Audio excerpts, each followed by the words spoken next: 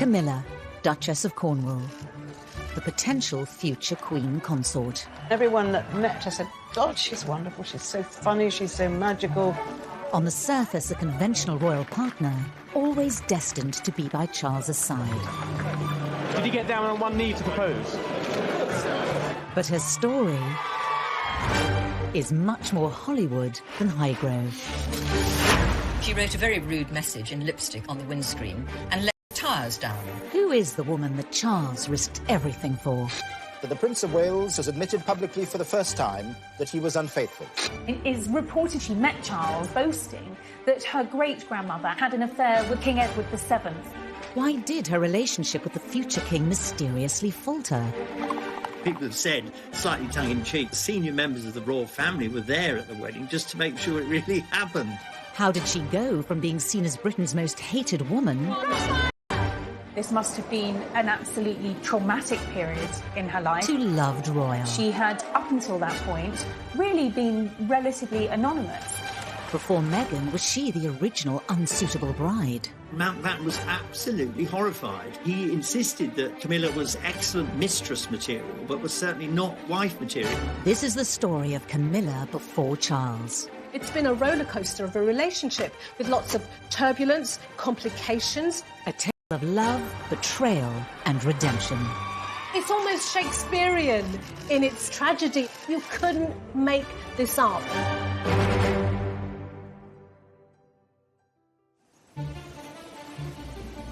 May 1989. The Aegean Sea just off the Turkish coast. A prince and his former girlfriend are sunbathing on a boat. They think they're not being watched, but the paparazzi were there, and the implications will send shockwaves through the House of Windsor. There were photographs of Charles and Camilla in a launch in a speedboat together. Charles was shirtless, topless in his swimming trunks, and it was quite striking, and those really were the first time that the wider public and the media began to wonder whether there was something going on. Many were now asking if Charles and Camilla had rekindled their relationship. It was a rather a reckless thing to do. I mean, Charles was still a married man. And it was a reckless thing to do because it pushed Camilla right there in the spotlight. In public, Charles doesn't comment on the rumours. But a 1989 transcript of a phone conversation between the two reveals intimate details of their mutual affair.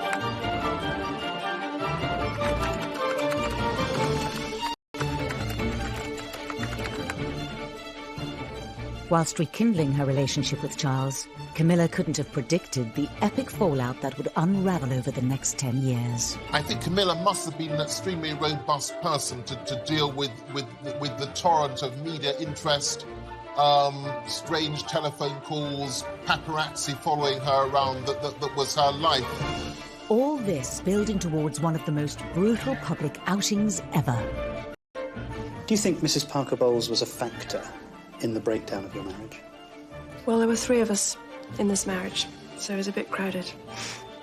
Diana set out to destroy the Prince of Wales, I think, so anybody involved with him was going to feel her wrath, and the obvious person to blame was Camilla. How did this seemingly unassuming woman find herself on the wrong side of the biggest scandal of the decade? Derided, isolated, and at rock bottom.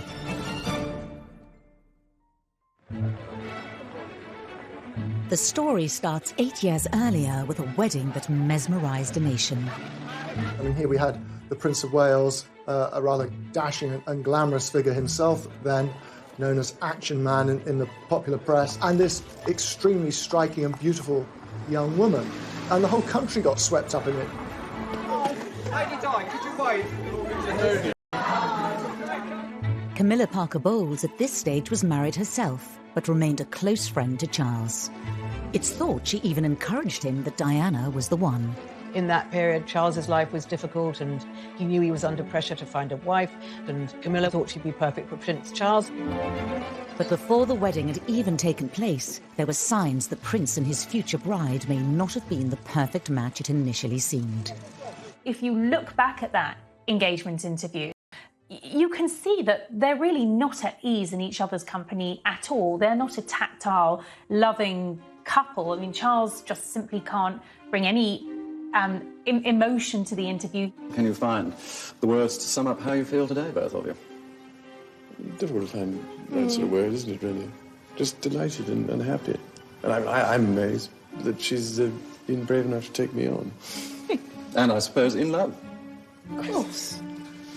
Whatever in love means. Whilst reportedly encouraging the marriage, that was as far as it went, according to some royal observers. Camilla might have been the older woman who had dated the prince before Diana and who was in a good position to give Diana some counsel in those... Charles and Camilla had met 10 years earlier through a mutual friend. The first time when they met in 1972, they had a brief romantic relationship. It only lasted for about 6 months. Camilla married Andrew Parker Bowles. The second phase of their relationship was when she was married to Andrew. Prior to the wedding to Charles, had Diana known how close Charles and Camilla had truly been? Were there warning signs?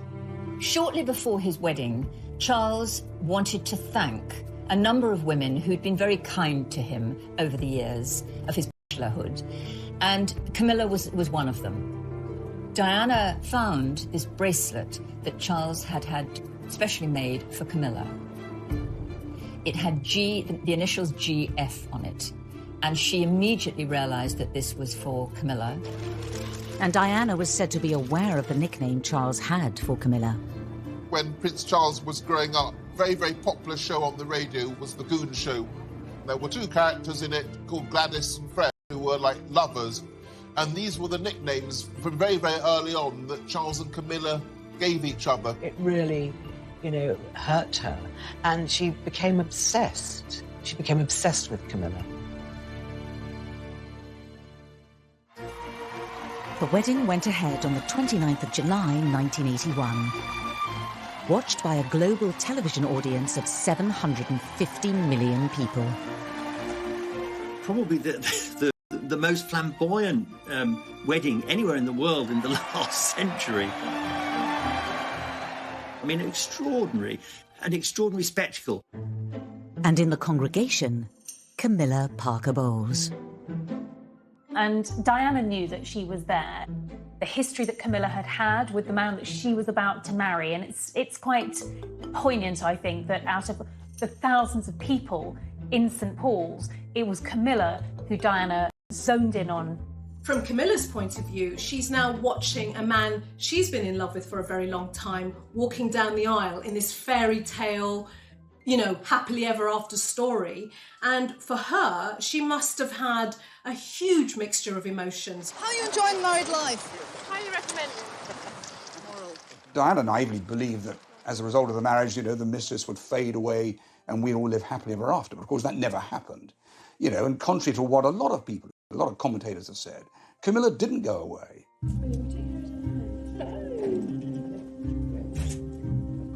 As time wore on, cracks began to appear in the Wales's marriage.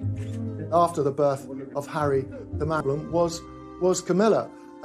In Diana's mind, Charles had never really given her up. She was a constant presence. By the end of the 1980s, the Wales's relationship was in serious trouble.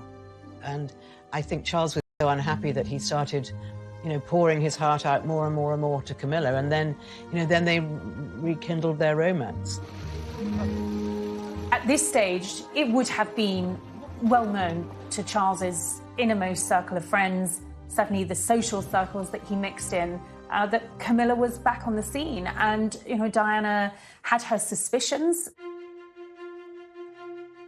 1989, Ormley Lodge, Richmond.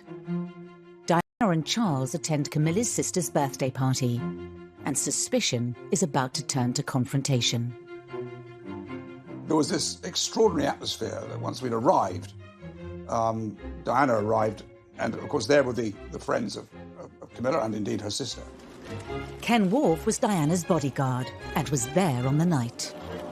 About an hour and a half later that Diana's voice was heard along the corridor near the kitchen where I was. She sat, shouting my name, and she said, I just can't find my husband, or Camilla.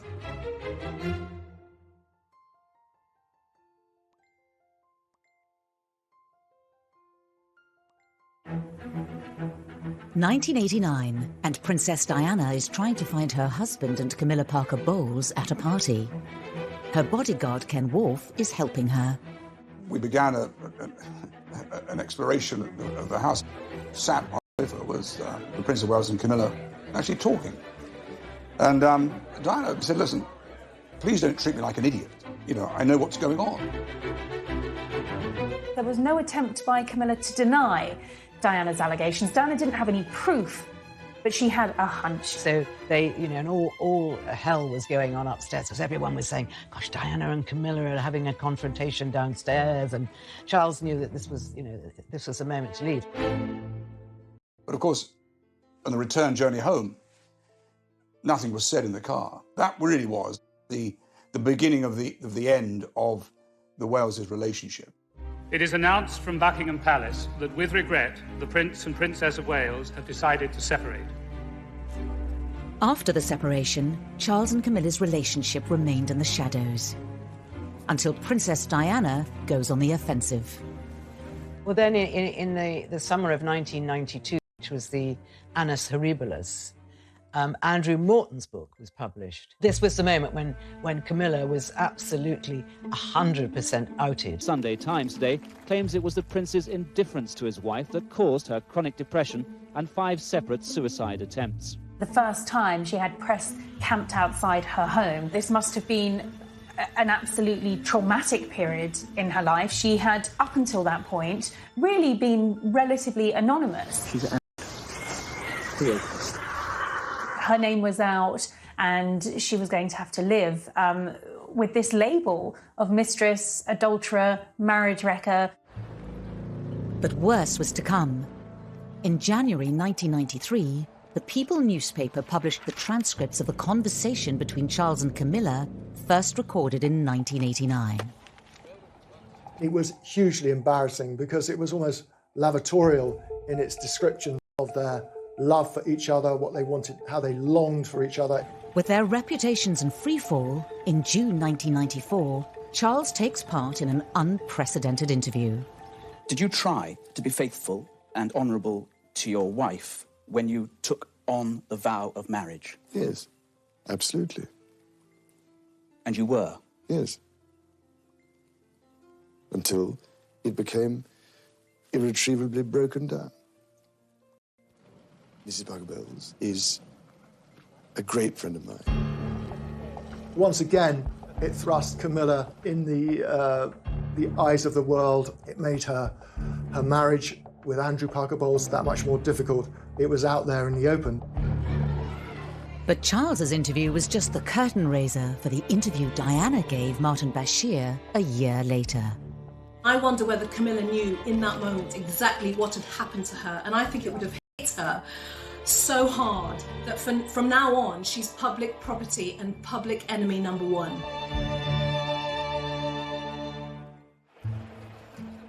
Today, the Duchess of Cornwall cuts a very conventional royal figure. It's hard to imagine how she ended up embroiled in a scandalous affair. But there are clues in her early years that reveal a very different character to the one we see now. Broderick Munro Wilson grew up with Camilla. She was slightly rebellious. I mean, she shared a room with my second wife, and of course smoking was a forbidden thing. But anyway, she was definitely smoking as a teenager. Camilla's friends all loved her.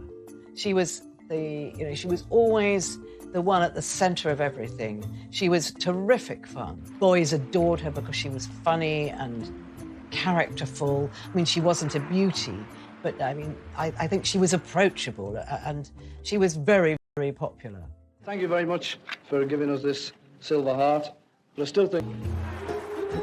1960s swinging London is in full flow, and 18-year-old Camilla Shand is said to dive headfirst into the party scene. She did have some jobs, like she worked at Colfax and Fowler, the decorators. She didn't last a week. One morning she overslept after a very long party, and I think she was probably rather hungover, and she arrived late and said, "Oh, I'm terribly sorry." And the boss Head Colfax and Fowler, who was a demon anyway, just absolutely tore her apart and sent her packing. And that was the end of her working career. But she was never cut out to be a career woman. But I think she had a lot of fun in swinging London. She was famously a party girl in the mid-60s, and, you know, she might go to 3 parties a night, 5 days a week. I mean, she was extraordinary. She absolutely loved partying. And this fun-loving, vivacious Camilla catches the eye of many of her peers. She was not without her admirers, let me tell you, because you know, she looked very nice. She was always beautifully turned out, and she had a personality. You know, she had things to say for herself. She was talkative. I mean, if you sat next to her at a dinner party, you were delighted because you knew you'd have a good conversation. But this young, carefree period of her life doesn't go unnoticed years later. Camilla had a past, and, you know, at times quite a raucous past. She was known, particularly in palace circles, for being a party girl.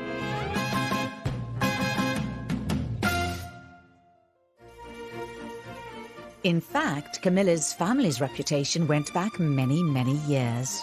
And it is reported to have broken the ice when she met Charles by almost boasting that her great-grandmother, Alice Keppel, had had an affair with another heir apparent, King Edward VII. So she was aware of that royal connection. It shows what an extraordinary family they were. Alice Keppel wasn't a sort of dark, embarrassing secret. You know, the fact that she'd been mistress to a king, this was something the whole family admired. So here we had a situation. Alice Keppel was Camilla's great-great-grandmother. King Edward VII was the Prince of Wales's great-great-grandfather. This extraordinary story is in the background, and it seems like a mirror image of what happened with Charles and Camilla. It certainly adds a sense of symmetry to their romance, if nothing else. It's not surprising that Camilla's great-grandmother was able to move in royal circles, and for the alleged affair to have taken place. Her family have been on the fringes of the aristocracy for generations.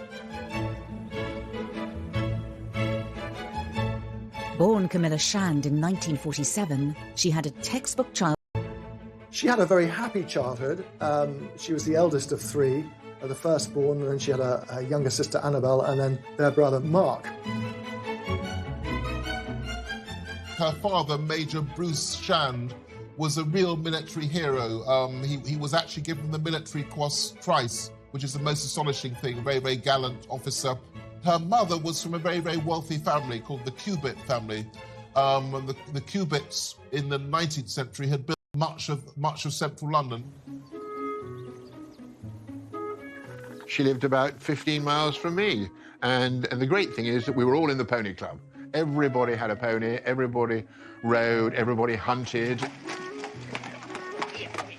We used to have little mini dances which would start at about 8 o'clock and go on to 12, where you'd dance for 2 hours, have a sort of buffet dinner, and then dance for another 2 hours, and then somebody would come, and the chauffeur or somebody would pick you up at 12 o'clock. That was Sussex society. As the daughter from a traditional upper-class family, Camilla followed the well-trodden path set out for her. Coming from the family that she did, an aristocratic family, her father, Major Bruce Shand, very much respected military man. Yes, in many ways, Camilla's life was mapped out. It was never going to be overcomplicated. Camilla attended Queensgate School in London, a very prestigious school. She was known as Miller. She was known for being pretty posh, but also good fun, and at heart, a tomboy who was definitely happier on a horse than in the classroom. She went off to a finishing school, 9 months in Switzerland, on the shores of Lake Geneva, where she learned to ski and perfected her French, but not much else. There was no emphasis at all on doing well academically. I think Camilla got 1 O-level because she was taught to get out of a car while keeping her knees together. I mean, they really walked around with piles of books on their heads so they would walk beautifully because they were being trained to be wives. And at this time, the question of who would be good to marry within this world of wealth, money and privilege was obvious. A member of the royal family would be the ultimate catch. I think society was more hierarchical, really, right up until the 1970s. 1980s, and it's hard to realise how powerful the class system was in Britain in that era, especially at those echelons of society. I think it was always expected that she was going to marry someone that would either give her a title or at least a double-barrelled name, and that she was going to marry up into those aristocratic circles. But was this the life for Camilla? Did she want to marry a duke or an earl? Weren't aristocrats. She had no particular ambitions to marry up. The 25th of March 1965. It's Camilla Shand's debutante party. The party turns out to be a landmark moment in her life. She had a coming-out party at Cersei's, which is just behind Harrods, which was one of the fashionable places to do it. The rite of passage, again, for this kind of upper-class English family would have been that their daughters would go through the debutante season. And that meant that they would go to loads and loads of parties and have loads of drinks and lots of food and meet lots and lots of men, maybe a potential husband. And that was the whole idea. At Camilla's party, she's introduced to a striking young man. She was then 17 when she first clapped eyes on Andrew Parker Bowles, who was a rather dashing army officer, about 7 or 8 years older than her. I think Andrew Parker Bowles was what's known as a Deb's delight. So a Deb is a debutante, an attractive upper-class girl, interested in meeting somebody interesting and well-established. And Andrew was your kind of perfect person to have at such a party. Very, very lively, although he had a bit of a colourful reputation, Andrew. But he was a very, very attractive and handsome man, a real catch.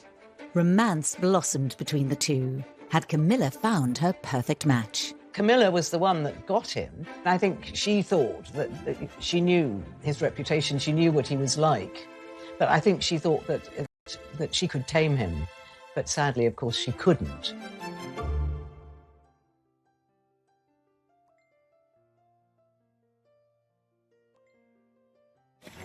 By 1970, there were rumours Andrew Parker Bowles had begun to date Princess Anne, as his relationship with Camilla Shand faltered. Andrew didn't necessarily finish with one girlfriend and then move on to the next. He had dated Princess Anne, of all people, and I think it overlapped with Camilla to some extent. A year later, Camilla was introduced to Prince Charles by a mutual friend, Lucia Santa Cruz. Lucia knew exactly what the situation was with Andrew Parker Bowles and Camilla, and she didn't think her friend was being treated properly. So she decided that it would be a good idea to introduce Camilla to Charles. Andrew Parker Bowles was often away on army tours. They took him all over the world, to Northern Ireland, of course, at that time, too. And in 1972, Charles was on terra firma. He had by then been spending time in the Navy, but he was doing a long posting in the UK. That with Andrew away, it sort of cleared the way for the two of them to spend a lot of time together. Charles actually himself told me, Camilla, and he really wanted to impress her. So he ordered the most expensive bottle of wine on the menu. And Charles just sort of moved his hand and knocked the whole bottle over. And he said he was so humiliated trying to impress this girl and then knocking over this expensive bottle of wine. I think what attracted Charles to Camilla was the fact that she was not overawed by him at all. The fact that she was going out with the Prince of Wales, you know, he could have been Joe Bloggs. She didn't care. He loved the fact that Camilla was fun and could be a bit frivolous, carefree. She was very different to the other debutantes on the scene at the time, and certainly some of the women that Charles had been linked with. And she was something of a breath of fresh air. And when they did start dating, Charles was, you know, absolutely blown away by her. I think that storyline is really well captured in the Crown, where you can see that he falls for her very, very heavily. In episode 9 of series 3, Prince Charles' feelings for Camilla were portrayed in this heartfelt and moving scene. And there's a feeling I've never had before. A sense of safety and belonging. And all that loneliness having vanished. It's all rather miraculous. I think you are miraculous. During 1972, the relationship is said to have blossomed. Camilla went down to Broadlands on several occasions during those 6 months and had lovely weekends with Charles there. They were both very horsey. They both, they had a lot in common, Charles and Camilla. But some commentators say their relationship came under scrutiny by senior members of the royal family, including his mentor and one of the closest people to him, his great-uncle, Lord Mountbatten. Charles had discussed the possibility of turning this intense relationship with Camilla into marriage, and Mountbatten was absolutely horrified. He insisted that Camilla was excellent mistress material, but was certainly not wife material, that it was impossible. Why would Camilla Shand, an educated woman from a privileged family who moved in the right circles, be deemed unsuitable for the future king? Mountbatten, his view was that whoever he married, if they weren't royalty themselves, then they should be of very noble birth, and however well-born Camilla was, she wasn't a member of the aristocracy. But the bigger problem was that everyone from Mountbatten up to the Queen was terrified that she had a past. She had too many pasts. It looks odd 40 years on. It seems rather anachronistic now, but it was thought that he had to marry a young woman who as it were, was completely pure, almost virginal. If modern standards had applied at the time, it would have been a very different story for Charles and Camilla. Well, I think the world has moved on, and I don't think anybody cares now whether someone happens to be the daughter of an earl or just a normal person, as long as they've got the makeup to be able to deal with the job. I don't think the fact that they're commoners makes a jot of difference.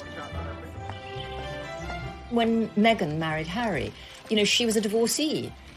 When the Queen came to the throne, divorcees were not accepted at court.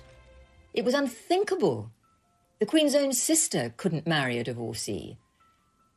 Her uncle had had to give up the throne because he wanted to marry a divorcee. At the time they were first seeing each other, some royal observers say senior members of the family were not happy with the relationship. In the month that he's been with Minerva in the Caribbean, he several times visited the Bahamas Islands. But this was the first time he'd made an official visit.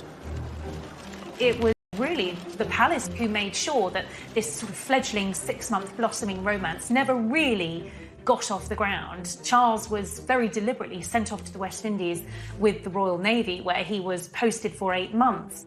This tense scene from The Crown dramatises an imaginary meeting between the Queen Mother and Lord Mountbatten. How shall we handle this? Well, I can take care of Charles. Nice long posting overseas will bring him to his senses. I'll speak to everyone at the Admiralty. 8 months on the other side of the world, it'll soon go away. Could there have been another explanation as to why the relationship didn't work out? At this time, Charles was said to be an unsure figure himself. Did he simply not take his chance and propose? Charles never told Camilla how he felt. I'm sure she was aware of how he felt when they were together for those 6 months, but he never expressed it. He certainly never discussed marriage with her. Whatever the truth, the fact was Charles was now over 4,000 miles away, and 3 months later he receives a letter that will turn his world upside down. He was on a long tour of the Caribbean islands when he received a letter from Camilla that she was and had accepted Andrew Parker Bowles's proposal of marriage, and that they were going to marry that summer. He was absolutely devastated. Missed the boat with Camilla, and he wrote to say how regretful and how sorry he was at the demise of what he called a peaceful and happy relationship, which I think indicates quite clearly that he did have something special with Camilla. He had something with her that he didn't have with anyone else. With romance seemingly over, Camilla fell back into the arms of Andrew Parker Bowles, and the start of a journey into years of a complicated and unfaithful marriage. Their marriage was very, very happy in the beginning. It's just that Andrew couldn't keep his trousers on. She wrote a very rude message in lipstick on the windscreen and let the tires down. In steaming heat, Prince Charles's frigate, HMS Minerva, edged her way into Nassau Harbour. 1973. Prince Charles is in the West Indies with the Royal Navy, and his relationship with Camilla is seemingly over. I don't think Camilla quite realised the depth of Prince Charles's feelings for her. I think she thought, you know, he's too young for me, he can't marry me, I need to get on with my life. And anyhow, I'm in love with Andrew Parker Bowles, and that's the man I want, and that was the man she got. And the difference between the two couldn't be more striking. You've known Prince Charles for a very long time, haven't you? What sort of person is he? Well, you know as well as I do. Everyone knows he's a marvellous leader and a marvellous man. I've heard the quote that Camilla said that however much she admired and felt love for Charles, is it possible to love two men? I think the answer for her would have been yes, Camilla, it is, because Charles and Andrew were so different. Andrew found it difficult, certainly at that stage, to live without her. She was similar to him, similar interests, very intense passion. I always feel rather rotten saying this, that Charles wasn't very sexy. Andrew was a very, very promising guards officer. Some people thought he was a bit of a name dropper, a bit of a snob, but he always struck me as absolutely charming. I think that what Camilla wanted, a lifelong commitment from somebody, and a career officer who in some ways was in the image of her father, seemed perfect at the time. Whilst Andrew might have been more alluring than Charles, Camilla had to contend with his party boy reputation. He had a string of girls who were all, you know, very happy to be in his stable, if you like. She knew his reputation, she knew what he was like, but I think she thought that she could tame him. I was certainly witness to the fact that Andrew Parker Bowles was a popular boy, and no doubt about it. But everybody at some stage or other was joined at the hip with Andrew Parker Bowles. There was one occasion before they were married when she was walking home one night and she saw Andrew's car parked outside one of her friend's flats and knew exactly why it was there. And so she wrote a very rude message in lipstick on the windscreen and let the tyres down. So she wasn't a complete doormat. Despite any concerns, on the 15th of March 1973, it was announced in the Times Camilla and Andrew were engaged to be married. I think he was forced into the proposal because he was very aware that Camilla was seeing Prince Charles. And I think he genuinely feared that if he didn't pull his finger out and make an honest woman of Camilla, he might actually lose her. He wanted Camilla to be the mother of his children. He could see a future with her. News reaches Charles over 4,000 miles away that Camilla is engaged. According to insiders, he took drastic action and fired off several letters. He wrote to Camilla and pleaded with her to reconsider, but I think by this point it was just too late. She was, I think, his first real love. And when you fall first, sometimes you fall hardest. Major and Mrs. Shand, Your Majesty, and Mr. and Mrs. Parker Bowles. And the imagined reaction of the royal family to Camilla and Andrew's relationship was dramatised in this gripping episode of The Crown. You're probably wondering why I've invited you all here this afternoon. It's a slightly delicate matter. Something of an imbroglio involving your son, Derek, your daughter, Mrs. Shand, and my grandson, the Prince of Wales. The families have been spoken to. The date has been set for Camilla to be married to the Parker Bowles boy. Good. There's no evidence of how the news of Camilla's future marriage actually... Regardless, Andrew and Camilla's wedding took place at Guards Chapel in London. It was dubbed the Society Event of the Year.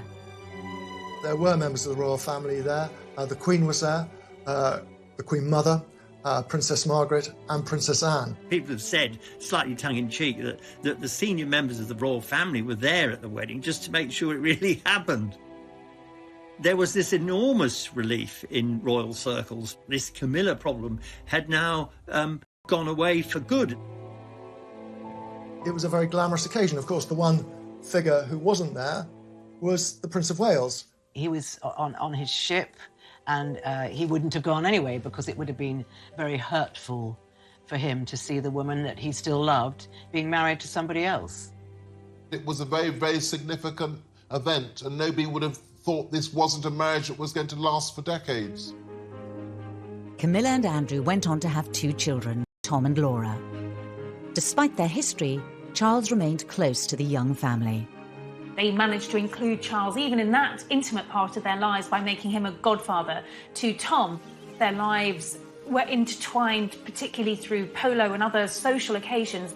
Charles was often to be found sitting cross-legged on the sitting room floor with his godson watching television or chasing the children around on his hands and knees. I mean, he was an essential part of their family. On the surface of it, the Parker Bowles' marriage seemed perfect, and Camilla was finally able to put into practice what she'd learned at finishing school. When you meet Camilla, she seems a very, very warm and maternal person. She enjoyed decorating the houses and making them homely, filling them with books, lovely fabrics, not always the most tidy house. She had a big social life in the country, and she had her 2 children, and she had her dogs and her family home, so almost everything she'd ever wanted. But in reality, Camilla's marriage was not all that it seemed. I think their marriage was very, very happy in the beginning. It's just that Andrew couldn't keep his trousers on. He was a serial philanderer. He was at a dinner party and a young woman sat next to him and said, "Andrew, I'm really offended. I'm the only one of Camilla's friends that you haven't made a pass at." Oh, God, there was a huge amount of gossip. It was very well known and very well publicised that Andrew Parker Bowles was playing away, I think is the way we describe it, playing away. Quite how she handled it all, it's hard to imagine, but handle it she did. I mean, it was a kind of an upper-class thing. One almost expected husbands to stray not long after they've taken their marriage vows. I think for Camilla, incredibly vulnerable. You're at home with 2 gorgeous children, and he's in London all week, and you know perfectly well what he's doing. Prince Charles started coming round to Camilla's house, and they rekindled their relationship, and it seemed a natural thing to do. By the late 1970s, Camilla was said to be seeing Charles again. Andrew is a very good example of the typical upper-class Englishman. I don't think he liked the fact that Camilla was drawn back to Charles, but he was a great friend of Charles. It was one of those things that happened in life, and as long as it didn't get in the newspapers, he really wasn't bothered. But in July 1980, everything changed when Prince Charles started dating Lady Diana Spencer. Are you bearing up with it quite well, though? Because it must be quite a strain with all of us after you. Well, it is, naturally. They started courting almost immediately. It was a rather prim and very old-fashioned courtship. They had very few actual moments together. They scarcely knew one another. However, around 6 months later, it was announced they were engaged. 11 a.m., Buckingham Palace. The beginning of a day to remember. The long-awaited, much written about engagement had happened. He's getting on a bit, isn't it? About time we got married. And this was the first chance to see the ring of sapphires and diamonds. I believe the relationship between Charles and Camilla continued right up to 1981. I've spoken to people who confirmed that, I don't know how to put this delicately, but Camilla and Charles had a sort of, well, they had a last night together in the week before the royal wedding in 1981. It was a sort of, you know, a farewell tryst. It's reported Prince Charles has denied these claims. And forsaking all other, keep thee only unto her, so long as you both shall live. I will. Camilla stepped back and their romance, the physical side of their attachment ended, and he was faithful, at least to start with, to Lady Diana. By the mid-80s, Charles and Diana's relationship was on the rocks. Friends of Charles were convinced that he was actually close to cracking up. He couldn't make his wife happy. They fought terribly. On the surface, all seemed well, of course. In public, they were a great double act. It wasn't long before Charles and Camilla's love affair was said to be reignited. It's always been given out that Charles and Camilla renewed their physical relationship around well before 1986. Come 1993, it all starts to unravel. The Prince of Wales has admitted publicly for the first time that he was unfaithful. Camilla Parker Bowles and her husband Andrew have decided to end their marriage of 21 years. Camilla becomes the story as the Wales's marriage crumbles. Camilla's poll ratings were abysmal. She was labelled a marriage breaker, a temptress and worse.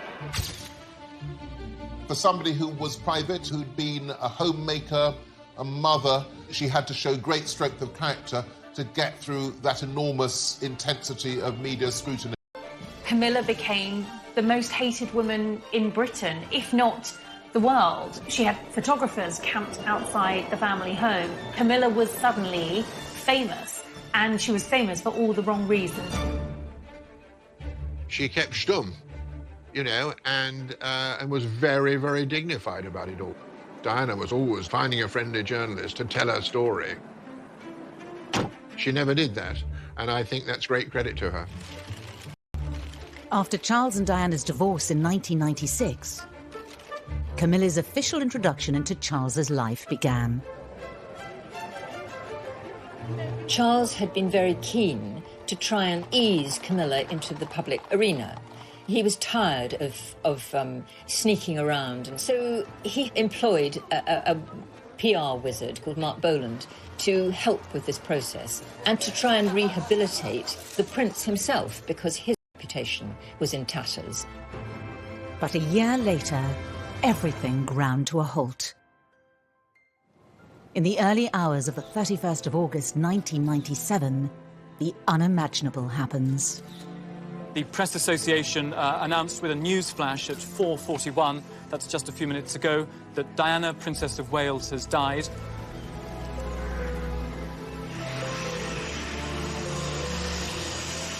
The argument ran that had Charles not betrayed his marriage vows, had he not abandoned Diana, then she would not have been travelling through Paris in the car of a playboy and ending up being killed. To be seen in public with Camilla would be a PR disaster for Charles. But now he needed her support more than ever before. Charles's first instinct was to pick up the phone to Camilla. And a desperate, desperate moment for him. There was Camilla at the end of the phone. It was a nightmare. It was a nightmare for her and a nightmare for him. But she has always been very reassuring. Publicly, it was a huge step back for Camilla. Her enduring battle with like no other. Suddenly, the antipathy towards Camilla increased tenfold. Camilla retreated to the shadows once again, just where she'd been in the earlier 1990s. And that made the whole process of her coming out, as it became known as, that much slower and set everything back. She was basically a prisoner in her home, which was near Highgrove. But Charles asked his chef, to make food to Camilla and to take it over. So, and he obviously was speaking to her on the telephone, but he certainly did not see her during that time. Both Camilla and Charles would have completely understood that they had to keep their relationship on the down low. At this point now, Diana has passed into legendary status. Going public with it would have been the worst possible thing to do. But she was there for him in this most difficult, darkest moment in his life. But could Charles and Camilla have a life together after this and win over the British public? I disapprove of the way Charles and Camilla treated Diana. It was despicable.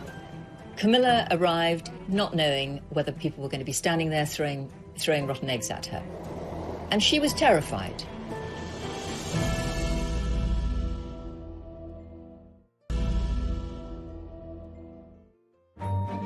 After Diana's death, reintroducing Charles and Camilla to public life would be an arduous process. One that'd take meticulous planning over the space of almost 17 months. Camilla was a non-negotiable part of his life. Charles was not going to give up, abandon this woman who had stood by him, who had given up so much, who had been traduced in the media. He was determined that she was going to be with him through thick and thin. Camilla's relationship with the British public needed some serious nurturing. Decisive action was taken by the palace, and a plan was masterminded by Mark Boland. who was now Charles's deputy private secretary. And the way he decided the problem should be handled was to persuade the public that she wasn't some bogey woman, but that she was a very important part of the prince's life, that she made him a better prince.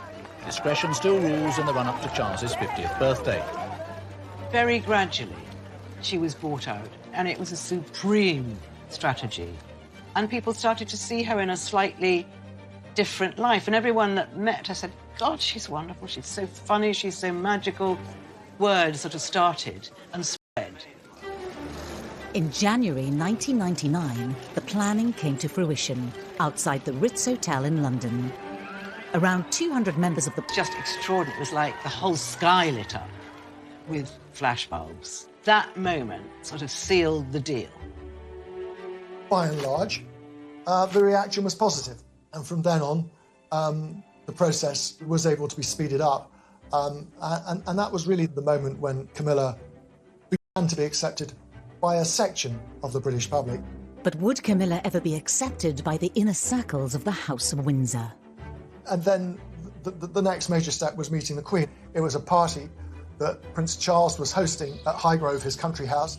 For Charles and Camilla, it is a milestone. The heir to the throne's long-term companion, now accepted in royal circles. Interestingly, there wasn't a lot of briefing about it, except to say that the two women had spoken, they'd shaken hands, Camilla had curtsied, and they had chatted briefly. With their reputations on the rise, in February 2005, it was announced to the world Charles and Camilla were engaged. How are you feeling, ma'am? All right. Just all right? I'm just coming down to earth. Did you get down on one knee to propose? The proposal happened at Burkle on the Balmoral estate. I think that was quite significant because Charles is a bit of an old-fashioned romantic. Burkle is where Charles fished on the Dee with his grandmother as a boy, and he was very happy there. I'm sure there was some die-hard lovers of the late Princess Diana who thought, no, this is not right. But I think the British public, by and large, welcomed this announcement. On the 9th of April, thousands of people lined the streets of Windsor to catch a glimpse of the bride and groom. But had they really managed to win over the British public? I disapprove of this marriage today. I disapprove of the way Charles and Camilla treated Diana. It was despicable. Camilla arrived not knowing whether people were going to be standing there throwing rotten eggs at her. And she was terrified.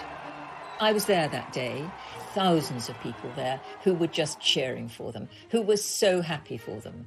It was a really great day. The civil ceremony was followed by a blessing at St. George's Chapel, which was broadcast to a TV audience of millions. After almost 35 years, Camilla had finally married her prince. To Charles and Camilla, our future king and queen, may God bless you both. I remember covering that royal wedding in 2005 and thinking, this is historic, this is momentous, this is Charles, a divorced future king, marrying a divorcee, something that I don't think anyone really ever expected to happen. I think people thought, well, these people have... The Queen hosted a reception for the newlyweds at Windsor Castle and gave a speech that cemented Camilla's place in the royal family. When the Queen gave that speech at their wedding party, where she said, "My son is home and dry with the woman he loves," that really was the welcoming of Camilla into the royal family. And if the Queen was able to forgive and forget, then the rest of the British public could do that too. We could give Camilla a chance. Camilla was portrayed as one of the most hated women in Britain, but she was now the Duchess of Cornwall and wife of the future king. Camilla's life changed forever when she fell for a young Prince Charles. She's endured decades of secret scandals and struggles. Her reputation was left in tatters. It's been a roller coaster of a relationship with lots of turbulence, complications. There's been divorces and there's been a tragic death. It's almost Shakespearean in its tragedy at points. You couldn't make this up.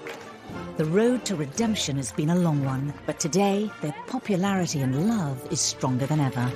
We've seen her take her role as a consort to the future king very, very seriously.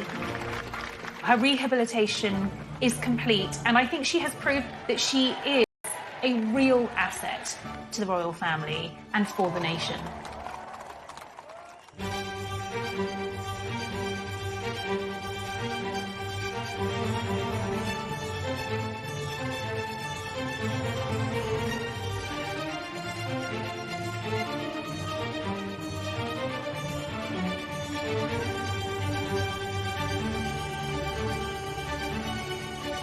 Not have been the perfect match it initially seemed. If you look back at that engagement interview, you can see that they're really not at ease in each other's company at all. They're not a tactile, loving couple. I mean, Charles just simply can't bring any emotion to the interview. Can you find the words to sum up how you feel today, both of you? Difficult to find that sort of word, isn't it, really? Just delighted and happy. And I'm amazed that she's been brave enough to take me on. And I suppose in love. Of course. Whatever in love means. Whilst reportedly encouraging the marriage, that was as far as it went, according to some royal observers. Camilla might have been the older woman who had dated the prince before Diana and who was in a good position to give Diana some counsel in those. Charles and Camilla had met 10 years earlier through a mutual